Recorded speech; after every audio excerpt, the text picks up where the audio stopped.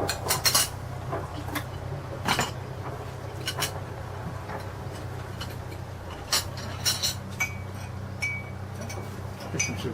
you.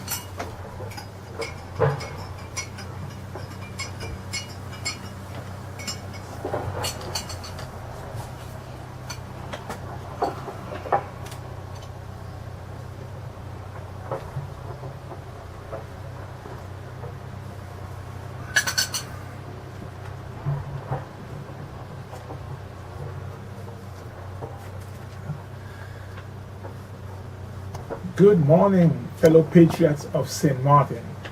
On this day, January 21st, 2012, we will have a very interesting program.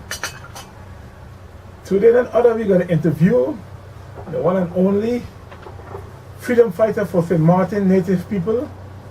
I bring you today Mr. Dr. Leopold James, known as the virtual St. Martin Nation Building Foundation founder. And Mr. James, before I say a few words, I want to acknowledge also in our presence, we have another very wonderful person, outstanding freedom fighter, social activist, none other than Eldridge Van Putten. I guarantee you, today we have a very interesting program where we will enlighten you upon the topics that is going on right now in St. Martin.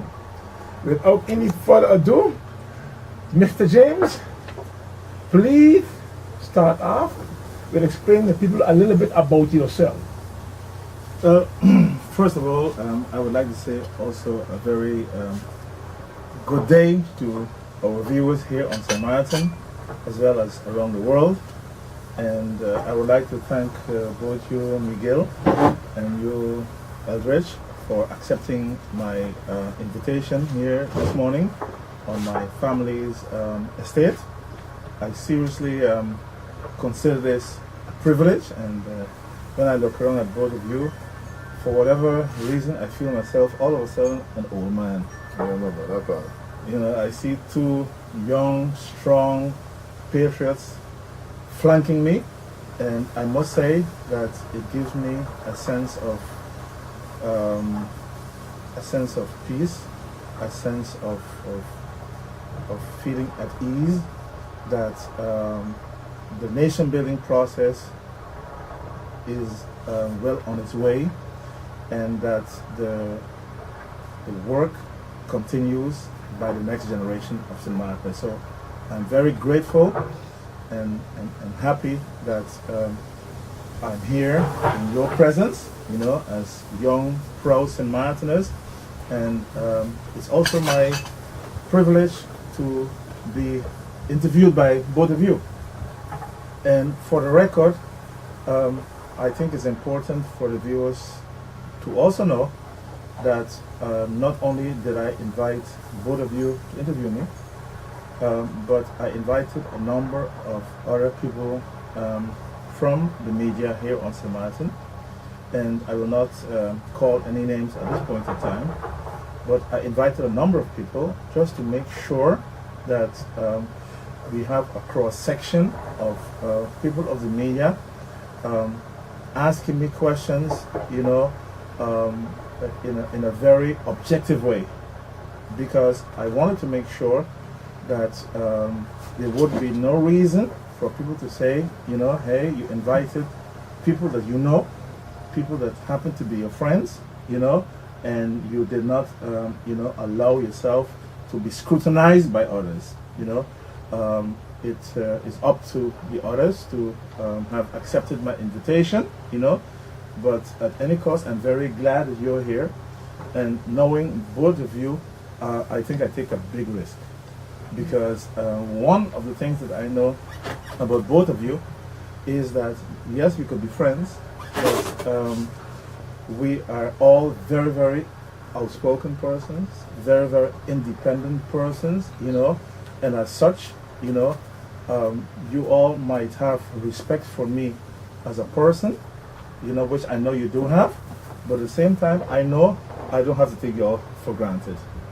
And with that, you know, I turn the question back to you, actually, and I want you to, you know, to ask me whatever question that comes in your mind, you know, because, and that is one of the reasons that I invited you and other members of the media, and that is because for whatever reason, you know, maybe you all know the reason, you know, my name keeps popping up all over, you know, the place and in the media, and it seems that many people are now finally paying attention to what I am saying, and being the type of person that I am, you know, which is a very independent, critical person. I think it was only fair and only creating an equal playing field by allowing for others to question me as well, because I think that people who are making some impact or the other on the public opinion, they owe it to the public to explain exactly where they're coming from, and people of the media have the responsibility to question, you know, opinion makers like myself in terms of what we stand for and who we are for real. So here am I, you know, I'm completely to your disposal. Whatever question you have, I'll do my best to try to answer your question. Yes, Leopold, first of all, it's also my pleasure to be in your midst, because as an educator and as a person and for what you stand for, I have a lot of respect for.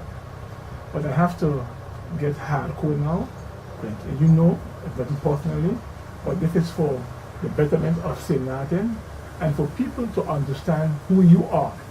So my first question to you is this: who are you to think you are the champion to represent the native St. Martin people? I know you're going to come with hard questions. Well, I think it's up to anybody, any person, and certainly any St. Martiner to play a role or not to play a role. You know, I'm not the only St. Martiner, of course. So the question is, I think, a legitimate question. Who do I think I am to say that I'm representing St. Martin people? You know, as I said, I'm not the only St. Martiner, and I think it's up to every St. Martiner to decide for him or herself whether or not they can live with their conscience in seeing what is happening on St. Martin, what St. Martiners, and when I talk about St. Martiners, I talk about grassroots St. Martiners, I talk about people who have a St. Martin heritage, people who are rooted in the history of this country. I think it's up to each and every one of us to either try to stand up for us as a people, or to walk away and you know, be part of the process of betraying St. Martin. And I have decided for myself that since for whatever reason many people, most people actually walk away, in fact, do not stand up proudly and express themselves as a St. Martiner and try to defend and, if needs be, represent the St. Martiners, you know what? I'll do it. I'll do it without asking any questions, without apologizing to no one, you know, and so it be. You know, if you have a situation where a ship is sinking and no one, for whatever reason, wants to take charge to keep that ship afloat, right, and to save the passengers, I think that gives each and anybody the right, not only the right, the obligation to take charge. Well, So let's examine this for a minute. Sure. Because, for those who don't know, who are you as a person? Where do you come from? What is your background? What is your profession? I think it's always difficult for me, honestly, to talk about myself personally. But I know one thing, that I am today what I am as a person, as a professional, because of where I come from. I'm a result of my heritage. I'm a result of my ancestors. And my ancestors are St. Martiners. My ancestry here in St. Martin go way back, to, the early 18th century, the late 1700s. From both my mother's side and my father's side. My father was a gentleman by the name of Mr. James. Most people knew him in Kobe. He was a very outstanding person, a person with deeply held principles, who raised us as children in a very structured manner. And to a very large extent, I am today where I am because of the way I have been raised by my parents, and by my extended family, because that was the way it was in those days. It was in those days.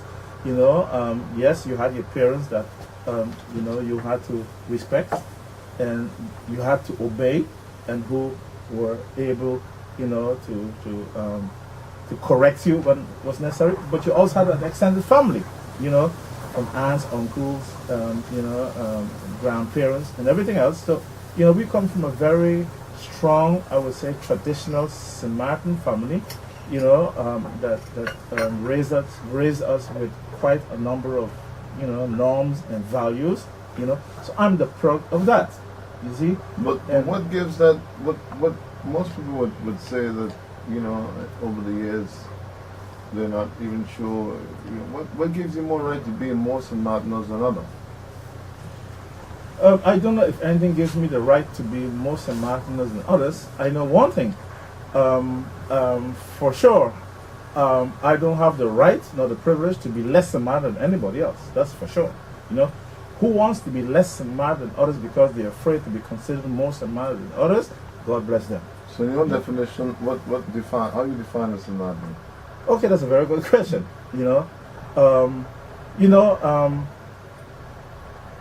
I'm not basically a cultural anthropologist that could give say a watertight definition, if that even exists, which it doesn't exist. But from the time I came to St. Martin, of course it's a story, because I was born in St. Martin, and all my family and as far as I knew, were St. Martiners, right? So when we went to Aruba at an early age, I was 3 years, and my elder sister Felicia was 4, and my brother Edwin was just after me 2 years. We were raised in that notion that that St. Martin was our home. We loved Aruba. We had a great time in Aruba. But the bond with St. Martin and St. Martin people was unmistakable. We were raised, with the knowledge that we don't belong in Aruba.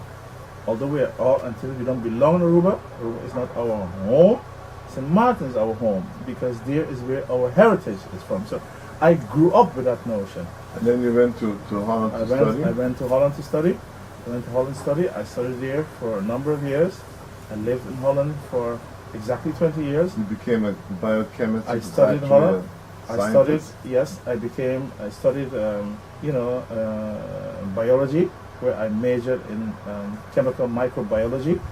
I came back to St. Martin, and I taught chemistry and biology for a number of years at the Milton Peters College, In fact, you were actually founder of Harvard over there? Yes, in fact, I am. Of course, I did not do it by myself, but definitely I'm the person who took the initiative to start the Havro and the Verio section, of the Milton Peters College and St. Martin. In those days, I didn't get much cooperation because who was this black man now to push, for this type of education? So it wasn't really exactly a walk in the park. The problem I have with this is Mr. Leopold James. But who gives you that right? It's like you take precedence before the government to start really building a so-called St. Martin Nation building. I mean, you as an individual, who gives you that right? I take that right. As far as I know, that's a government right too. Well, I take that right. I take that right. You see? And I think the reason is very, very simple, because as I was trying to explain, when I came back to St. Martin, I never came back to be a social activist, to tell you the truth. I came back to teach, and basically science was always my life. And when I decided to come to St. Martin, even my best friends in Holland asked me, but how are you going to live in this little tiny island called St. Martin, because you have a very scientific mind, and that was always, my highest, desire in life, to become a scientist. So when I came to St. Martin, the last thing in my mind was to get involved, as what they call a social activist. But, one thing I realized for sure, while, I was teaching on St. Martin, and living on St. Martin, I realized St. Martin was a very unique place. Because, of course, I knew about St. Martin because, hey, this was home, my roots, everything, was here. And I noticed that St. Martin was experiencing such an influx of people from all over the world. Many people who were actually, economic refugees, and political refugees, came to St. Martin by the thousands. And what struck me at a given moment was that these people, while fleeing from their country, and finding refuge here on this island, they went even beyond being refugees. They basically started to talk and think and decide for St. Martin people. And most St. Martin people, did not say anything, were very passive, did not even realize, what that could mean in the future. And that really got my concern. Did you say that that's what caused your obsession with promoting the concept of the St. Martin peoples first? There's where it started, yes. There is where it started because, one thing with me, I cannot take what I perceive to be injustice, What would you consider to be mission accomplished? What would it take for you to be satisfied in terms of understanding or accepting that your mission has been accomplished? I think the mission has been accomplished. You can look at that, I suppose, in different ways. I did not set out on this mission, if we may call it that, to look for any support, any compliments or whatever. For me, the main mission was that I did not accept it. That's the main mission, because mission accomplished is when I have the courage and the guts as a St. Martin, as an individual by myself to stand up, and to speak out as a St. Martin. That is for me the biggest mission, because if that mission isn't accomplished, how would I then be able to move to a next level where, I could possibly, influence others and get the attention of others. So this whole concept of St. Martin people first, you have kind of coined that concept over the years to be, what would you say is the main cause that caused this kind of social injustice by St. Martin people not understanding that they should be first in their own country? I'm not sure if I know exactly the cause or if there is one particular cause. I can imagine there are a number of causes. And I think one for sure is the rapid development of St. Martin. I think St. Martin developed too rapidly, in the sense that the development caught St. Martiners by surprise, and that St. Martiners at that time did not realize that yes, when you develop your country, meaning you open up your borders as well to people to come here and to make a living, that you got to be very careful in terms of what kind of a people you allow in your country, and what numbers of people you allow in your country. I think when St. Martin started to develop, and I blame, and if I could use that word, in the first place, the leaders of this country. Mr. James, I hear you keep mentioning St. Martin, but I didn't hear you include the French side. I mean, how do you see St. Martin? You keep saying, the way how I understand it, it sounds like you're talking about the Dutch side. If I am wrong, please correct me. Is St. Martin only the Dutch side, or is it including the French side also, when you say St. Martin? No, you're wrong. You did wrong.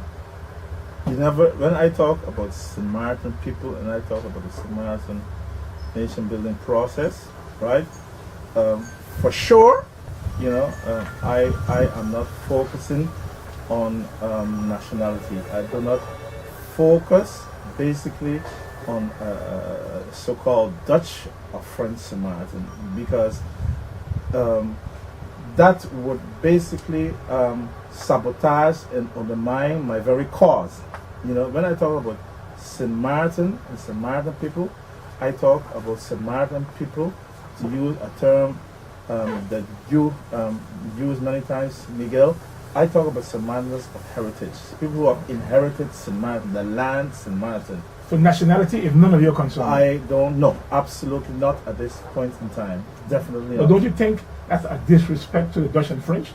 I think it's a respect to ourselves, and I think it's very important to put it in context, because we have to realize that if we look at this particular island, right, and I must give credit to a number of people who have enlightened me, people like Daniela Jeffrey and people like Mr. Theophilus Priest. You don't hear much of him right now, but these are people who have really impacted my thinking a lot, And one thing I learned, is that if you look at the history of St. Martin, I think it's very important to realize too. You look at the history of St. Martin, we went through different phases in our history, because, the first known inhabitants of St. Martin, were Amerindians, right? But you know what? They are no more. And not because of the hurricane or whatever, they were wiped out. You see? And if you look at the history of St. Martin, you realize that St. Martin was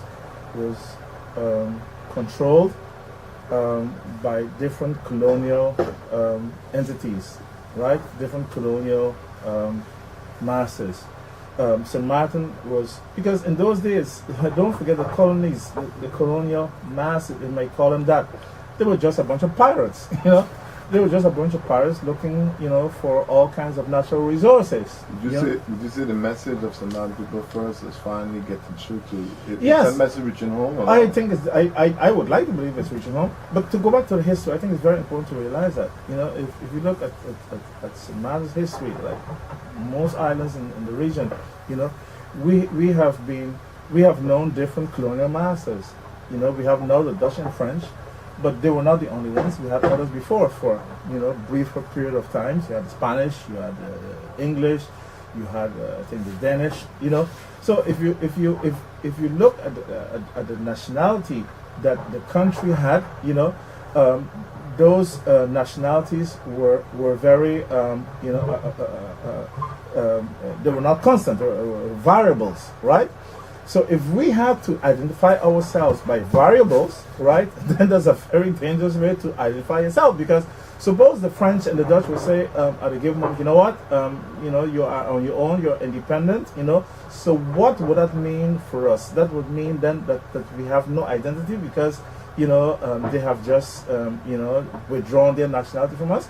So if you look at the history, right, on the island, the only human factor that basically has remained constant were the people. We are running out of time now, Mr. James. Okay. I will give you the last 2 minutes Okay. to make your breakdown and what you expect from the St. Martin people, and what will you conclude as a success story for the nation building of St. Martin. Wow. What I would expect from the Samaritan people, I don't know if it's up to me to expect anything from the Samaritan people, you know. I think, you know, I would feel good if the Samaritan people would expect something, you know, of themselves. If they would expect, for instance, you know, to reclaim their country, you know, you know, and I'm not saying, you know, to kick out everybody off the island, because that's absolutely not the idea, you know, but in their mind, you know, to transform their mind, definitely, because we need a mental transformation. We need a psychological revolution, you know, and I would like to see that St. Martin people at a given moment realize and decide within their minds to start with that this is their country.